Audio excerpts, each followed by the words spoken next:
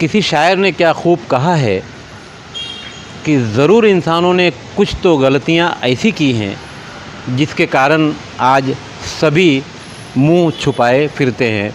मेरी मुराद मास्क से है और पूरी दुनिया मास्क लगाकर घूमती है। मैंने भी मास्क लगाया है, मेरे साथ में हकीम जी बैठे हैं, उन्होंने भी लगाया है। कहीं ना कहीं इंसान इतना ज़्यादा तरक्की कर चुका है कि वो ऊपर वाले को जिस नाम से भी याद करता है कहीं कहीं उसे भी भूल चुका है। इसलिए अगर देखेंगे तो इस दुनिया में इंसान मस्जिद से बाहर हो गया, इंसान मंदिर से बाहर हो गया, इंसान गुरुद्वारे से गिरजाघरों से भी बाहर हो गया। इसका मतलब साफ़ है कि जिसने हमें बनाया था उसे कोई खुदा के नाम से याद करता है, कोई भगवान के नाम से याद करता है, कोई गॉड के नाम से याद करता है। मकसद सबका एक ही है और सब ये मानते हैं कि एक दिन ऊपर जाना है। तरक्की याफ्ता इस दौर में इंसानों ने जो तरक्की की, एक छोटे से वायरस ने पूरी दुनिया के पूरे सिस्टम को, पूरे निज़ाम को तहस नहस करके रख दिया। इस वक्त मैं भिवंडी में हूँ और ये काढ़ा है मालेगांव का। मालेगांव का काढ़ा इस वक्त पूरी दुनिया में ज़रूरतमंदों की एक बहुत बड़ी अहमियत का मामला हो गया है। सभी को काढ़े की ज़रूरत है और मालेगांव का काढ़ा मिल जाए तो सोने पे सुहागा है। इस वक्त हमारे साथ में हमारे दोस्त भी हैं और ये जो पूरा मामला है इंसानों को बचाने के लिए ही, काढ़ा हो या इस तरह की जो दूसरी दवाइयाँ हो, और साथ में कुछ और भी चीज़ें हम बताएंगे।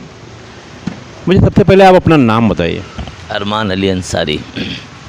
नाम अरमान अली अंसारी। अरमान लोगों को बचाने का, लोगों की भलाई के लिए, इंसानियत की भलाई के लिए हमारे अरमान साहब यहाँ मौजूद हैं।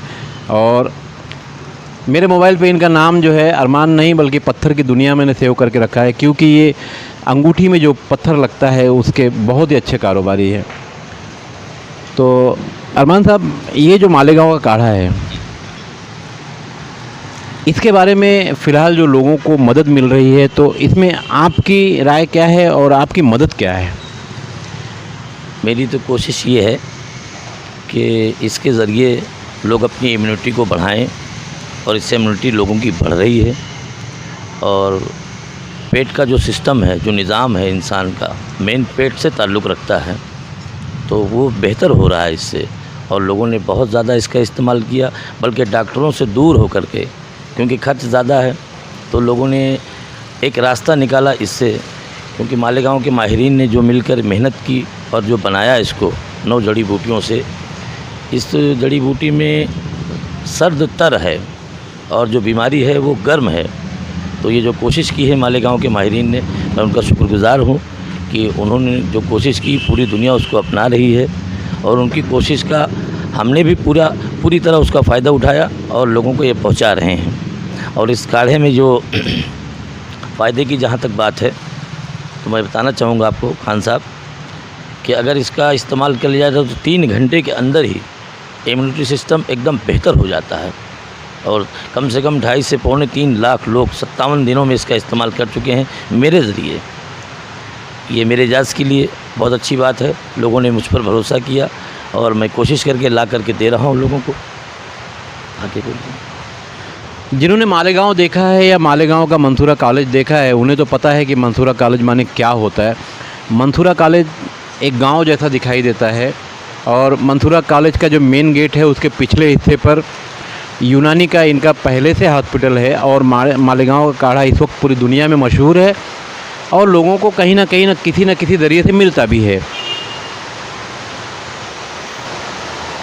भिवंडी शहर में पिछले कई दिनों से बारिश हो रही है और इस वक्त भी बारिश हो रही है। रात के तकरीबन 12 बज रहे हैं, मगर अरमान साहब का ये जो काम है ये चालू है इंसानियत की मदद करने के लिए। अरमान साहब, ये बताइए कि ये जो है ये क्या है? ये खान साहब, ये मालेगांव के काढ़े से मशहूर हुआ है।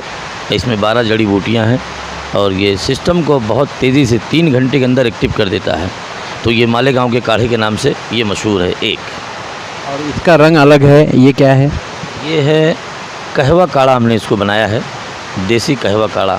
ये हीटिंग को, मतलब जो लोग अचानक भीग गए हैं या खांसी सर्दी बलगम बुखार हो गया है, ये उसके लिए बहुत बेहतर है, जगह पर एक्टिव कर देता है ये इंसान। और ये तीसरा है, ये सनाई पत्ती काढ़ा है। ये सनाई की पत्ती से हमने इसको बनाया है, जिसको सेना कहते हैं इंग्लिश में, सनाई पत्ती।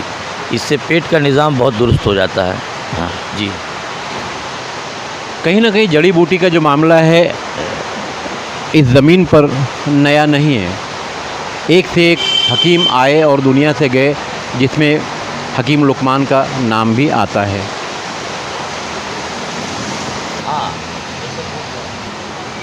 हालांकि महाराष्ट्र में कोरोना के ताल्लुक से लड़ाई लड़ने का जो काम है, देखा जाए तो बीयूएमएस में जो डॉक्टर रहे हैं उन्होंने बढ़ चढ़कर हिस्सा भी लिया है, काम भी किया है और पूरे महाराष्ट्र में काम किया है। और ये काढ़ा भी यूनानी पैथी की देन है और महाराष्ट्र में 4 पैथियों में से एक पैथी बीयूएमएस यानी यूनानी है।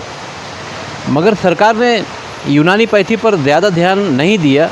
हालांकि महाराष्ट्र सरकार भी अब ये समझ चुकी है कि काढ़ा जैसी और जो दवाइयाँ हैं ये काम की हैं, इस पैथी को और मजबूत करने की ज़रूरत है।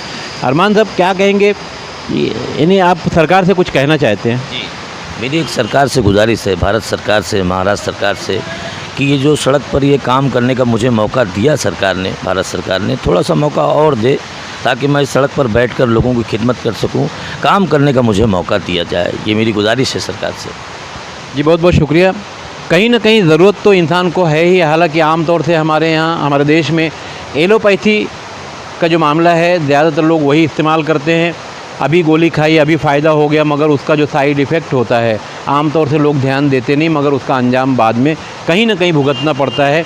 इसलिए धीरे धीरे लोग अब जड़ी बूटियों की तरफ घूम रहे हैं और उसमें मालेगांव का ये काढ़ा बहुत ही मशहूर हुआ है कोरोना वायरस की बीमारी से लड़ने के लिए।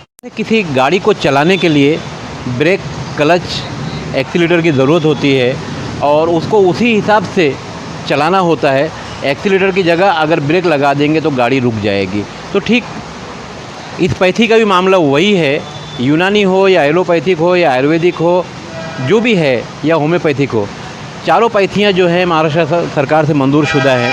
तो इसको भी बनाने के लिए जो तरीका है, अगर मालूम नहीं है तो जो जानकार लोग हैं उनसे इसकी जानकारियाँ ली जा सकती, कैसे बनाना है, कैसे पीना है, वरना इसका नुकसान भी, आमतौर से तो जड़ी बूटी में नुकसान नहीं होता है, मगर हो सकता है कि आपको फ़ायदा ना हो। इसलिए अरमान साहब यहाँ मौजूद हैं, ज़रूर आप वंजारपट्टी नाके पर आकर इनकी मदद ले सकते हैं, इनसे जानकारियाँ भी ले सकते हैं।